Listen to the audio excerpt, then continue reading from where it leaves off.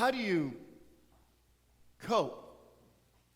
How do you cope with a world where awful things happen, can happen, just like that? How do you live with peace, with hope, even with joy, in a world that is so scarily unpredictable? I knew it was coming.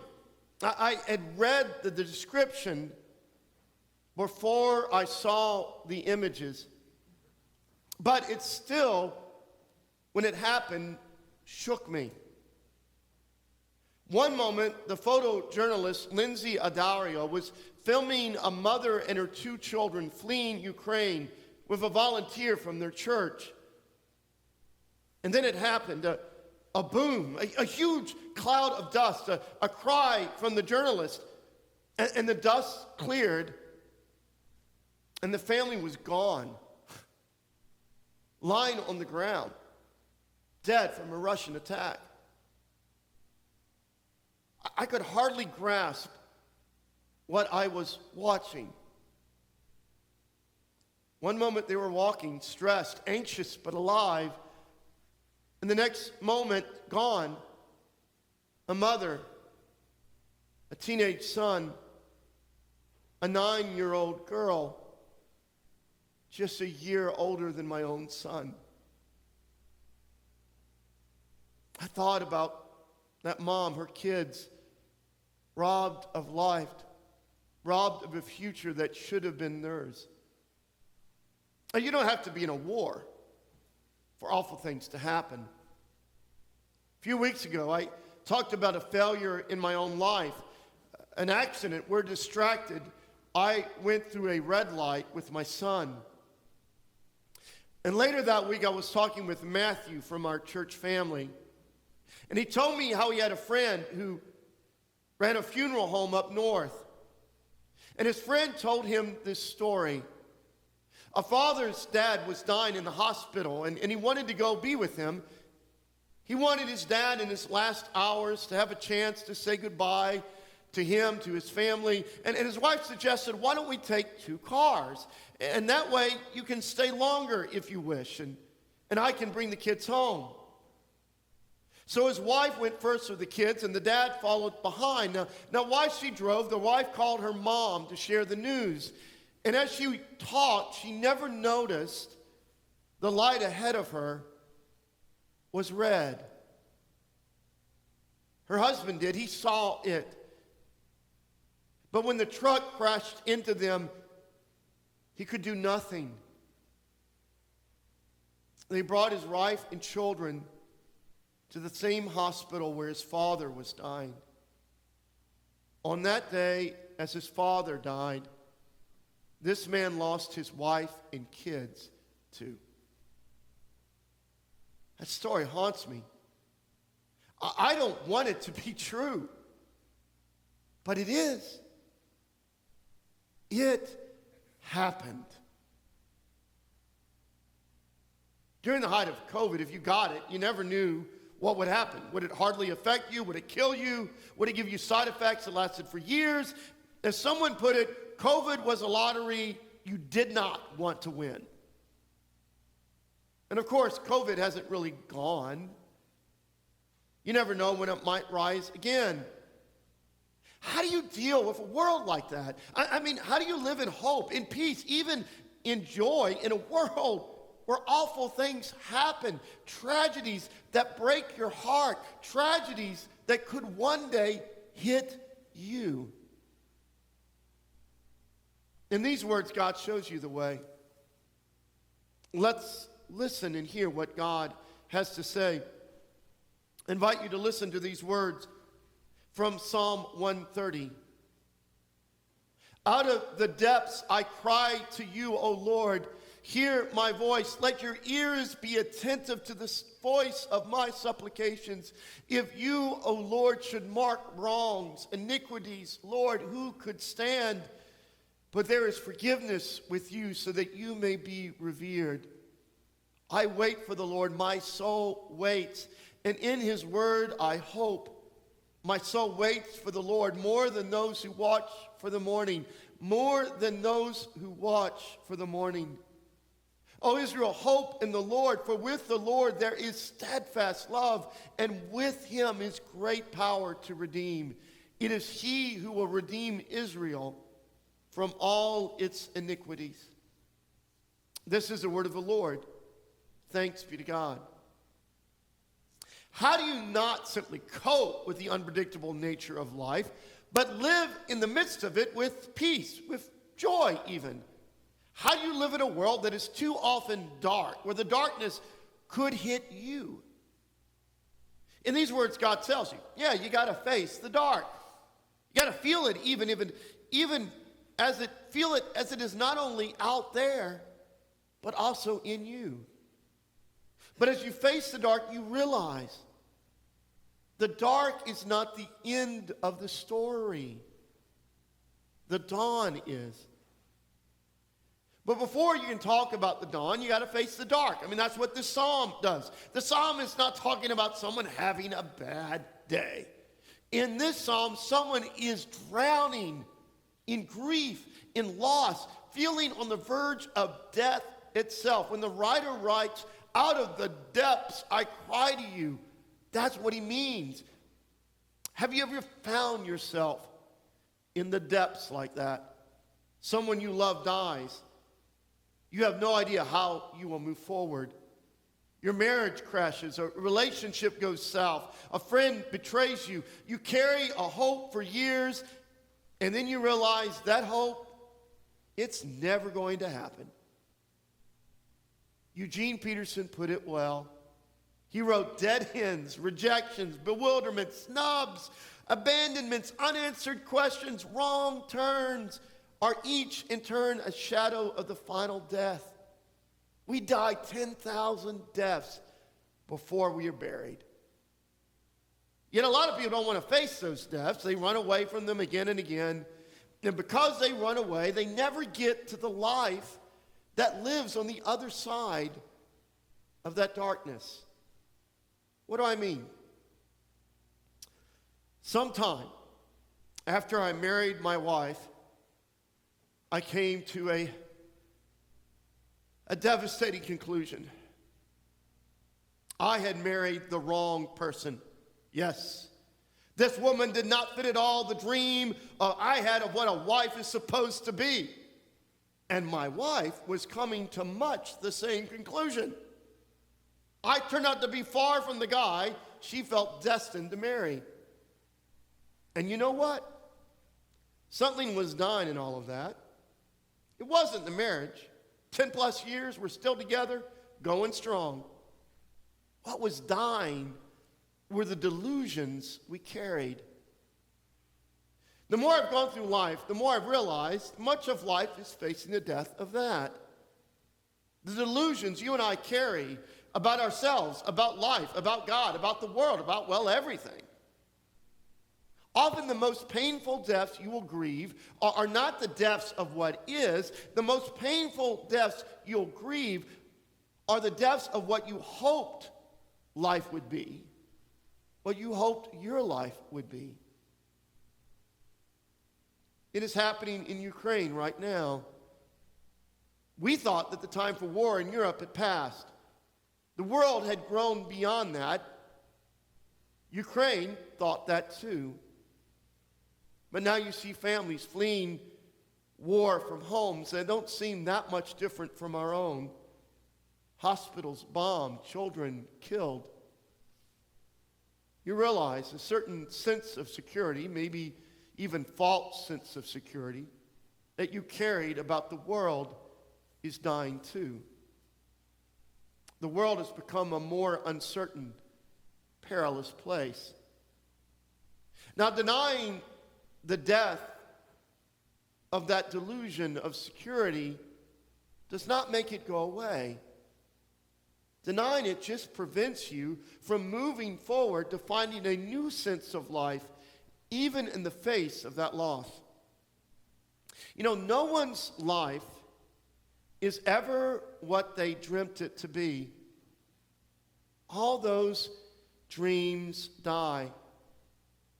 And if you don't face up to that darkness, acknowledge its reality, feel the pain of it, then you can never move forward into the life that lies beyond it. Beyond what was never true or real to begin with. See, right at the beginning, that's what this psalm does. It faces the darkness. Whoever is writing this psalm isn't saying to God, I'm feeling a little down. God needs some encouragement. No, this writer is saying, I am drowning, God. I am underwater, and I am calling out to you because whatever I am facing, I cannot get through it alone. But you see the turn that the psalm takes? Why does it go from, dear God, I'm drowning, to dear God, I'm sure glad you don't grade me on my screw-ups? That's a relief. What's going on? When my delusions about marriage died, for a good while, other delusions did not. The delusions I carried about myself. I never seriously contemplated leaving my marriage. It would have been a bad look, preacher getting divorced and all. Instead, I thought, I will play the martyr. I will suffer through this marriage. I made promises to God. I even thought, Kennedy, you are a saint, faithfully persevering through your marriage. My wife did not think me a saint at all. And she was right. I wasn't at all. Instead, I was denying what I actually was. I was someone denying the serious gaps between who I thought myself to be and who I actually was. In life, you don't simply need to face the death of what you hoped life or the world would be. You got to face, even grieve the death of who you imagine yourself to be. And that's what the psalm is doing. It's saying, right now, God, life has devastated me, and in my devastation, I see stuff about myself that is devastating too. I am far from the person I imagine myself to be, that you created me to be, and I am grieving that too. Grieving the darkness of the world means grieving too the darkness inside you. And too often that's where people fall. They'll end relationships, consume substances, make reckless decisions just to avoid facing, even acknowledging the darkness within. Heck, some of them even get religion to avoid it. But it's in the darkness you carry inside, that you face, where the dawn first comes. Do you sense the wonder in these verses of the psalm? Were you, O Lord, to watch for wrongs? Master, who could endure? But there is forgiveness with you, that you may be revered, feared, held in awe. I love the way Dag Hammarskjöld described forgiveness. He wrote, forgiveness is the answer to the child's dream of a miracle by which what is broken is made whole again, what is soiled is made clean again. And that's what God does. For you, for me, again and again and again. God wipes it away. The messed up decisions, the thoughts, the attitudes that wreck your life, that wreck my life. God wipes it away as if it never existed. How amazing is that? And in that forgiveness, when you allow yourself to receive it, you start to glimpse the dawn. After all, forgiveness cost. If I really thought about it, I'd be in awe every time someone forgave me. After all, they're taking on the wound my screw-up cost them. They're not minimizing that screw-up. They're not looking for payback.